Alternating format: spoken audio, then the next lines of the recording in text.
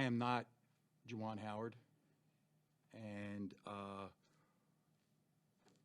I'm going to be me, so, you know, a small thing.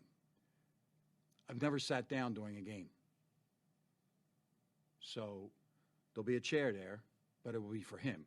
It will not be for me. And I told the players that yesterday, that I'm not replacing Juwan Howard, and but what we have in place is the way that we're going to play. Look, the guy is a mastermind with ATOs, and it has blown my mind for 3 years.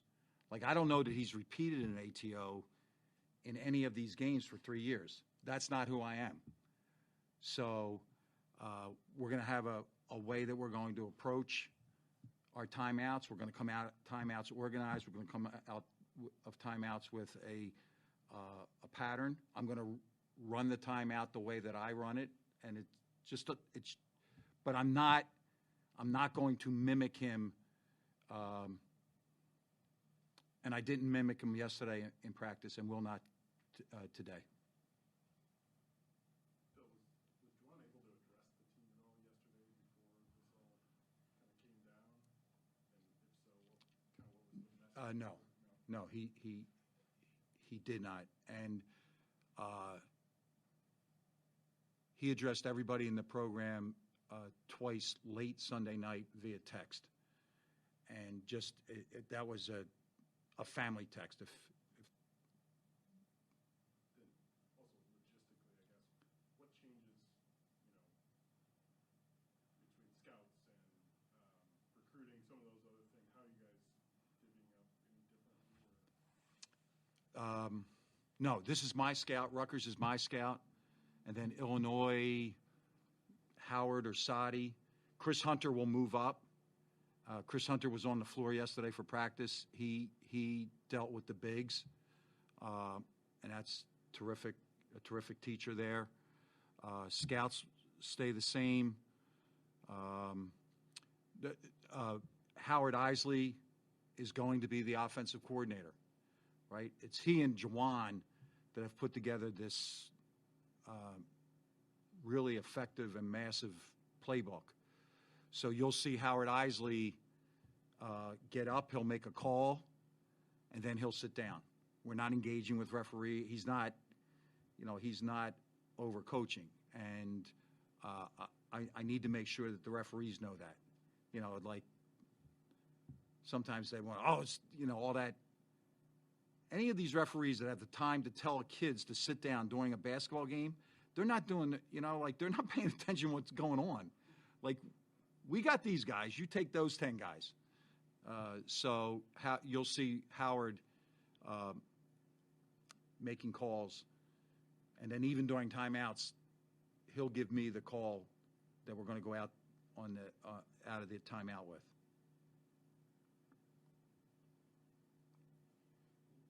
Will you be able to have any verbal contact with Juwan at all for any of this? Yes. Juwan's my friend. Okay, so it's not like you can Zoom, text? Juwan is my friend. So, yeah. And then I feel tremendously responsible to my friends to make sure that they're doing well.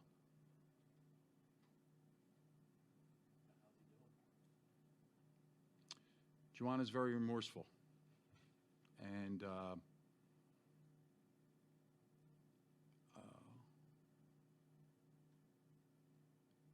today is a little better than yesterday. Did Juwan address or did he apologize post-game Sunday, and what did he say to the players? He did not speak to the players on Sunday. There was a very heartfelt text exchange very late in the night on Sunday. Bill, can you speak to the program's reaction to the punishment? Obviously, Well, yeah, I think like not like the individual guys specifically. First of all, Ward Manuel did a fabulous job laying it out for the players and for the staff. And I think that all of us Andrew would say the same thing. Escalations like that have no place in the game. Okay? And everybody involved, everybody, not the 3 people suspended or not just our players. Everybody involved has now learned a hard lesson. And, you know, we are all collectively remorseful for missed opportunities. I'll raise my hand. Jawan went one way in the shakeout, and I didn't think to go with him. Chris Hunter feels the same. Everybody learned a hard lesson. And you know what? Time to play basketball. Bill, you've experienced a lot in basketball. Have you ever been part of a situation like this, and what experiences do you draw on to navigate this time? That's a really interesting question because I was racking my brain to what would this be comparable to, and I really don't have one. Actually, this morning when I was daydreaming, I was like, well, is this like USA basketball where you're gathering these guys for a short period of time? Now, obviously, I've been engaged with these guys for 3 years, but it's a short period of time. And what is it that you want for them to value? And that was the only, but there is nothing that I came with, and I was like, well, you know, maybe I should call, you know, pick a guy. Do I call the guy at Louisville, Mike Pegues, who's a friend of mine? But come on, I know this. I know this wholeheartedly, without like poking my chest out. I can run a practice, and I can manage a game, right? And some would say that I can do this. I can talk. It might not always make sense, but I can talk.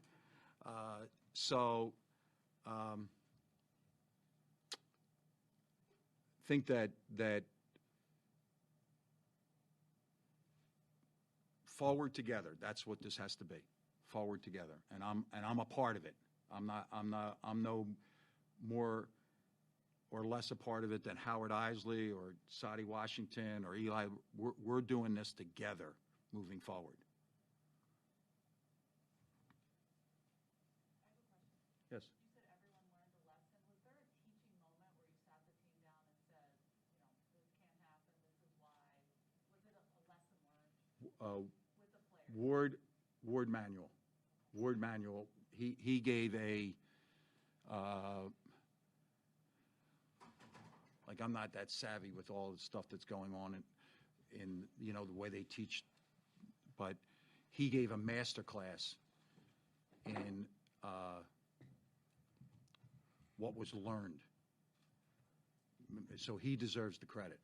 Ward Manuel. Could you elaborate a little bit on what he said? Yeah, that situations like that in all walks of life, there are moments when that happens, you can go one way or you can go the other. And everybody went in the wrong direction on this one. So, you know, whatever needs to happen when this happens, let's each grow from it. Sorry I'm late. You can go ahead. As far as basketball with the 2 guys out, I guess, what do you expect out of Brandon, Jace, Jaron, you know, some of the front court guys on tomorrow night? I expect them to be the very best they can be. So I don't think like it's similar.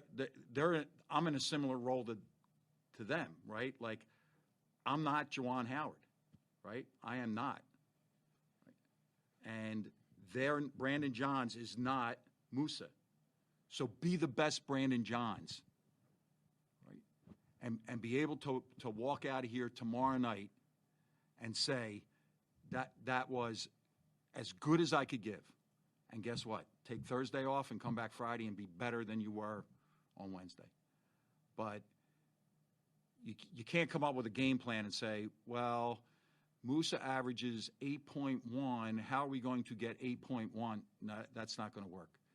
But if Brandon Johns walks in here tomorrow night with his head up, his mind clear, and heart knowing that we need the best Brandon Johns in order to beat Rutgers, then that'll be good enough.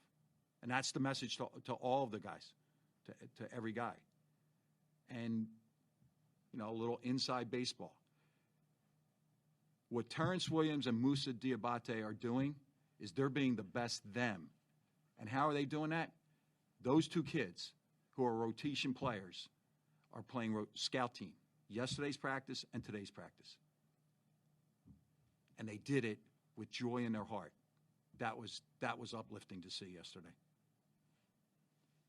You mentioned that you wanted the players to be able to take something of value from these 5 games. What is that? What would you like to take? Well, I've always been big on and I don't mean this in a smart way, smart aleck way in any. We have on a schedule 5 days. 5 games. We have 1 day. So at the end of today, when we finish practice at 6 o'clock, I want them to know that they got better and that we got better. And then tomorrow to repeat it. Get better. So daily improvement. You've all heard Juwan talk about the 1%. That's what this is about. This isn't about, well, this is going to be a really successful enterprise if we go 5-0. But it's going to be a disaster if we go 1-4. No? How would I know? Like, what I want to do today is everybody, every coach, every support staff person, every manager, every player to walk out of here and say, you know what, I got better. And if we do that, good things will happen. Andrew? You guys are competing for an NCAA tournament spot. Like, does that factor in at all to how you're kind of approaching this, or weigh on you at all? It doesn't weigh on me, and it's not something that you hear the play. Look, the players have to be aware of it,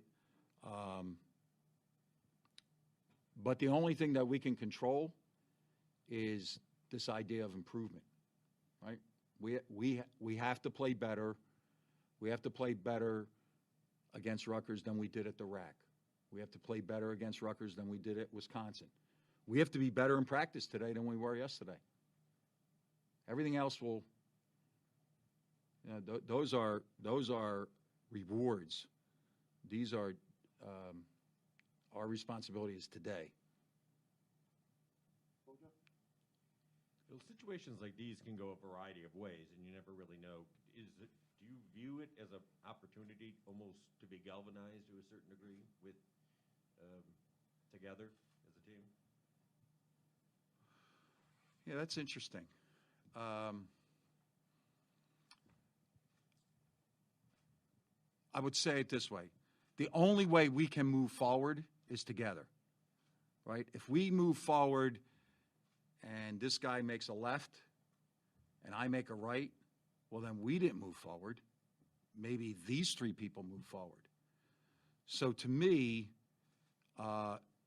here's the power, right? Like in this hand, if I have an open hand, there's not a lot of power that can be generated. But here, power can be generated.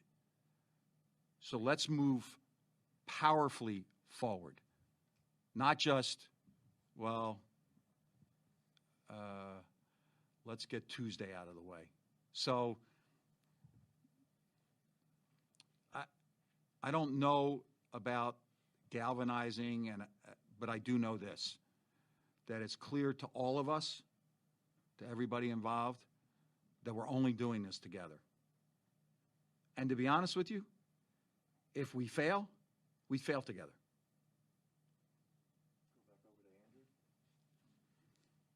Sunday's post-game has kind of ignited a national debate on the handshake line. I was wondering if, I'd be interested in hearing if you have a thought on it, whether they're still useful or get rid of them, alter them. Do not get rid of them. We cannot give in. We cannot give in. Come on. It's a healthy competition. And in healthy competition, sometimes you win, sometimes you lose.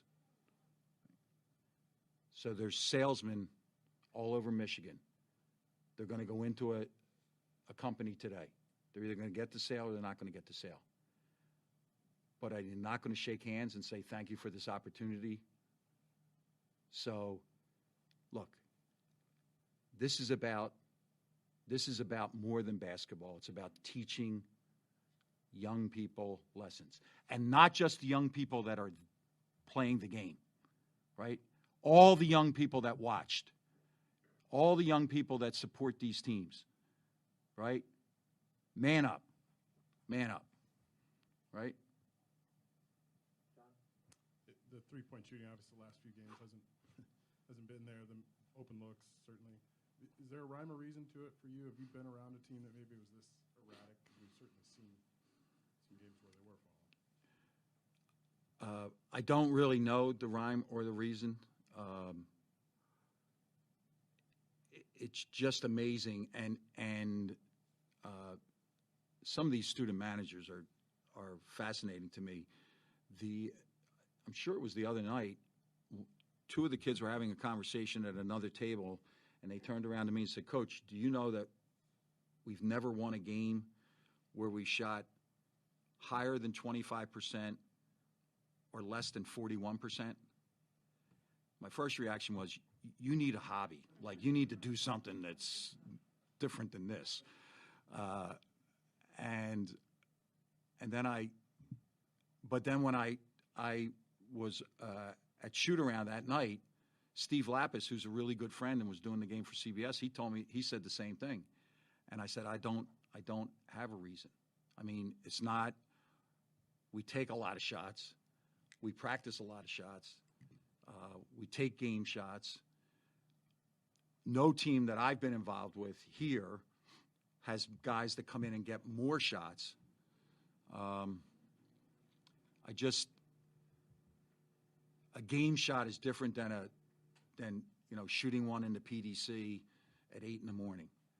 And I just want our guys to shoot it and concentrate on the next shot. Not worry about the last shot. Not worry about the statistics, and think that the ball's going in. Are the young guys able to do that yet, do you think? No. But they're growing. They're all growing, and hopefully tomorrow night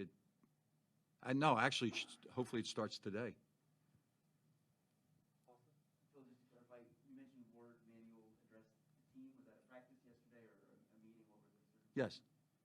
Yes. He spoke to the team, and the beauty was, up until 3:15 yesterday, everybody was working on their own set of facts. So Ward Manuel came and gave the players the facts, right, about Coach. He had not, to be clear, he had not, Terrence and Musa, that decision was not made until the Big Ten accepted it later in the evening. But he told them that it was probable that they would not play. And he was very blunt with everybody that that's not going to be repeated, right? That is just not going to be repeated, and it was not acceptable.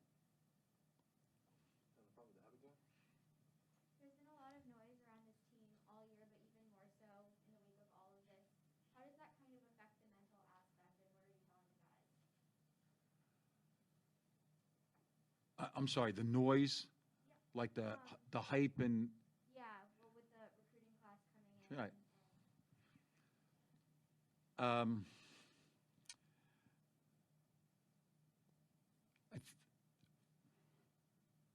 We have been consistent with what other people say about you, whether you're the number one recruiting class, whether this guy's a one and done, whether that guy's an All-American. That's what other people say. But what's the court? What are we doing on the court? And with regard to how the players approach going forward, everything that this team wants to accomplish and has stated as a team goal is still there. And even tomorrow night is not a must-win, because in games that are must-win, then does that become a must-lose? Are they collecting new uniforms on Thursday? Have they not told me that one? So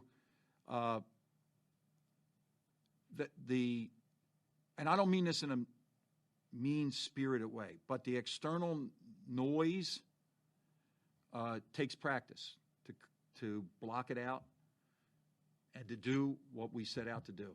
And I go back to that idea. 1% better today. Just going back to the meeting with Ward, that bluntness that you just referred to, what impact can that have, having that tone set so early in all of this, what impact can that have as you all move forward?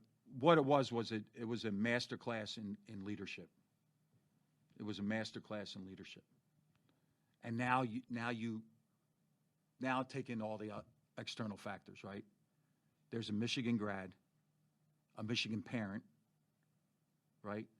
A Michigan administrator, an African-American man, student athlete, okay?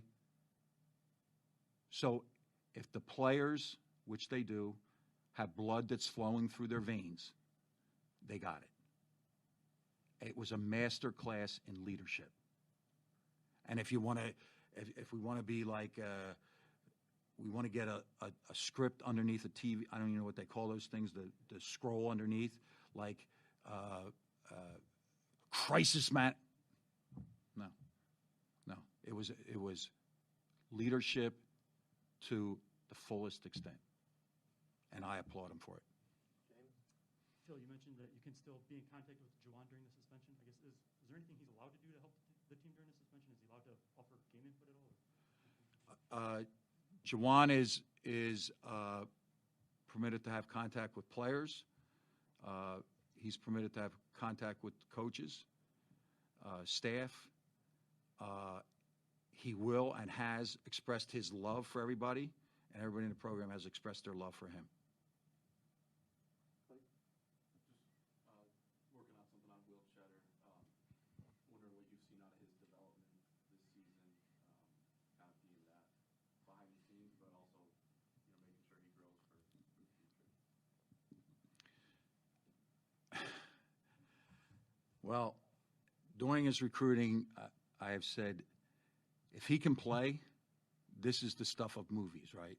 Like football quarterback, decides to do the discus, wins the state championship, 3.99999, China for third and fourth grade or fourth and fifth grade.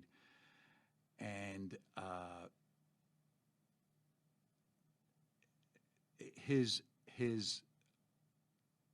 I may not be a word, spongeness, his taking this all in and being able to take a step back and watch him be coached by Juwan Howard. And this kid has joy in his heart because of that. It's rare. It's rare for any person to be able to say, man, I don't have all the answers. We all have all the answers, right? We don't know all the questions, but we know all the answers. And this kid came in wide-eyed, hasn't changed, and has just served an extraordinary role on the team in that, and I'm trying to rack my brain now to make sure, like yesterday's practice, today's practice, he's Ron Harper. Pretty high praise. Now, on a personal note, there are guys that I want him to be like. You know, like, could he be Kyle Young from Ohio State? Could he be a versatile power forward? And there has clearly been growth in his game. And guys that serve on this scout team get an awful lot of basketball information, different styles and things like that. So I think we're in for, you know, casting a movie here by the time he's done. You said right off the bat you're not Juwan Howard, so how will you be different in these practices, in these 5 games? How do you see yourself different than him?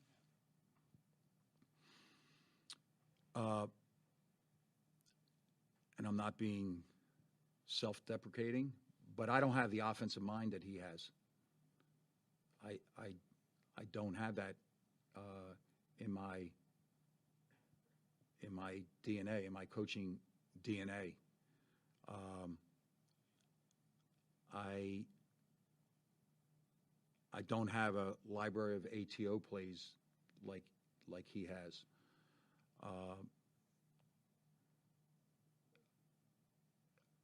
I love practice. I think practice is really the coach's time. Practice is the coach's time, right? It's like a classroom. So the professor's time is when they deliver the lectures and prepare the plan, right? And then when the students take the test, there's no professor that makes them about them. So the great coaches make the games about the players, not about themselves. That's what he does. That's what I do. And the love that he has for his players is just extraordinary. I love them, but I'm not as, he's a big presence.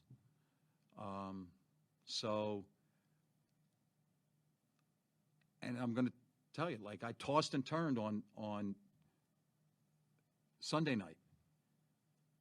And finally, I woke up Monday morning. It was really very clear to me. They didn't ask me to be Juwan Howard. They asked me to be me. And you know what? I'm confident in that. Bill, you've been a coach for a long time, and I'm sure you've seen all sorts of different game management at the end of a game that's been decided. What was your reaction to the pressure defense from you guys and the timeout from Wisconsin? And did you see anything inappropriate there? I did not. I think that it was ebb and flow, right? I do think that that's a really, really, really sensitive situation, right? Because who subs first, right? Well, why? Who's on the floor? So I think that it's not what happened has happened, and no one walked out without learning hard lessons. Does anybody have anything else? Thank you. Appreciate it.